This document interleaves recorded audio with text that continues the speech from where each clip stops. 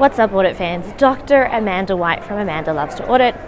I'm the creator here on this channel. I love everything accounting, audit, and helping students prepare for a future in the profession.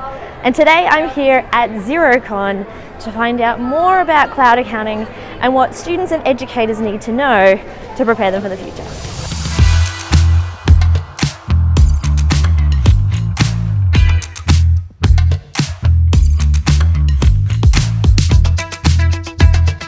So we found our way to XeroLearn. That's the awesome Maha. And oh god, my skateboard is listing, but you know, we'll figure that out. Looking forward to some great sessions and connecting with some educators in the area of accounting education, especially with cloud accounting, because we need to prepare our students for the future.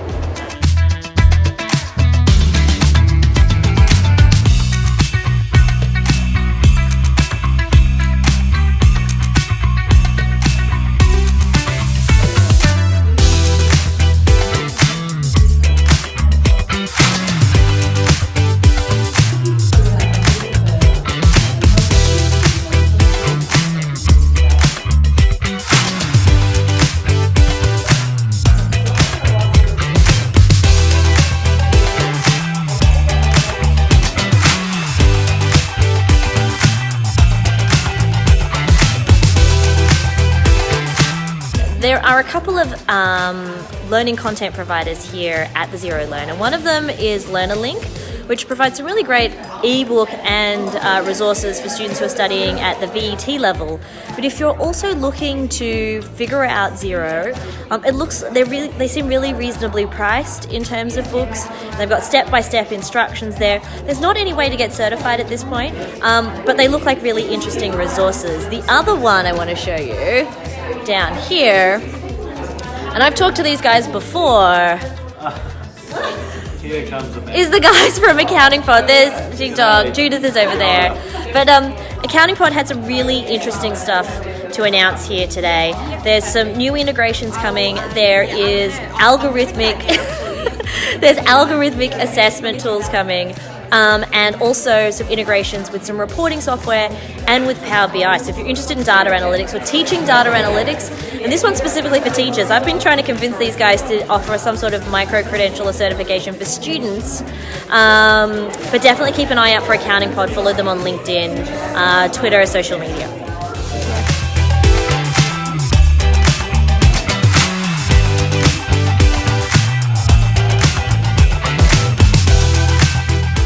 So that wraps up XeroCon for 2019. My thoughts for educators, especially in accounting education, I spoke to a lot of different people that hire our graduates, and they had a couple of things to say that were pretty harsh on higher education. The first one is accounting students from university don't know how to do a bank reconciliation, so that's something that's an easy fix, I think, to revisit that in senior years. Number two is that they don't understand GST and business activity statements if they're coming into a small to medium-sized practice. So understanding how to do those basic tasks, and whether we do that in a micro-credential or whether that's inclusive within practice and curriculum, that's a really good question. And the third thing that people mentioned is that they just don't have a really great understanding of how accounting works in modern times. Whether that's cloud accounting, the fact that there's the app ecosystem and you've got a lot of different other apps that bolt into things like Xero, MYOB, QuickBooks, and Sage. That understanding of that practicality. Now, I did speak to a lot of young grads who said things like, well, actually, stuff I learned at TAFE, if they'd done a TAFE or a VET course, was a lot more practical in their day-to-day work than what they'd learned at university. A lot of that high-level management stuff, you know, they said, oh, look, might come in useful later on down in their careers, but practicality for today was something that they thought they were lacking in a lot of different university degrees. Now that brings me to a really interesting theoretical point about why we send students through higher education and what sort of roles we expect them to take when they get into that accounting job. Now, I have talked to some people that said, oh, well, you know, we're not really preparing accounting, university graduates shouldn't be going into accounts payable, accounts receivable, lower level entry jobs. But in such a tight job market, we need to consider that our students need to be ready for a variety of work. Obviously, their skills in communication, in business etiquette, in analytics and problem solving, all needs to be something that we consider. Now, a panel of accounting employers at the XeroLearn event actually said that we should consider accounting practice and the education of accounting like we consider medical training, engineering training, nursing training, that students should be having placements. Now, to get that real world experience and culminate all of that theoretical and university work into something practical to prove that they can actually do it, and to have that real world experience. Obviously, there are lots of structural issues around that. The significant numbers of students that we have in higher education in accounting in Australia, would we make that mandatory? How do we facilitate so many hundreds or thousands of students in a particular city trying to do that? So if we can't get students into placements, paid or unpaid, then how do we perhaps scale up work integrated learning or internships within universities to give students more of that experience, to help them be better prepared for the workforce? One thing that the panel did say was simple things like understanding business etiquette. You don't park in the parking space that's marked director or partner. But as a first year grad, a lot of students don't even realize that's a thing that they need to be aware of. Communication skills. Everything I saw here at Xero talked about how the human connection between accounting firm or advisor and client is critical. So how do we teach students not just how to stand up and give a speech, but to approach clients, to show that humanity of the profession, to help build those relationships, because all of those relationships are built on trust. And certainly, I'm pretty sure none of my audit clients would have been happy if a junior or a grad went up and said, I'd like the bank reconciliations. Instead, it needs to be more of, hey, so-and-so, how are you doing today? How was your weekend?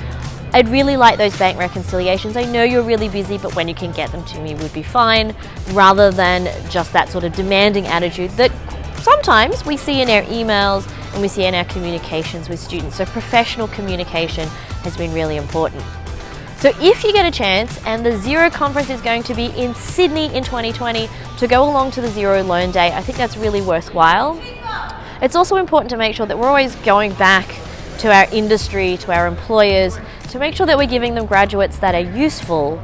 I heard a lot of people say, oh look, I'd prefer a TAFE or a VET graduate over a university one because they actually know how to do stuff. So that certainly is a challenge for us in higher education. But I welcome lots of dialogue about how we need to transform our accounting education curriculum to meet the needs of the future of the profession at all different levels, at the Big Four level, at the second tier level, at the small to medium sized practice level, so that we can move forward and that we don't get left behind in this age of digital disruption where content is everywhere.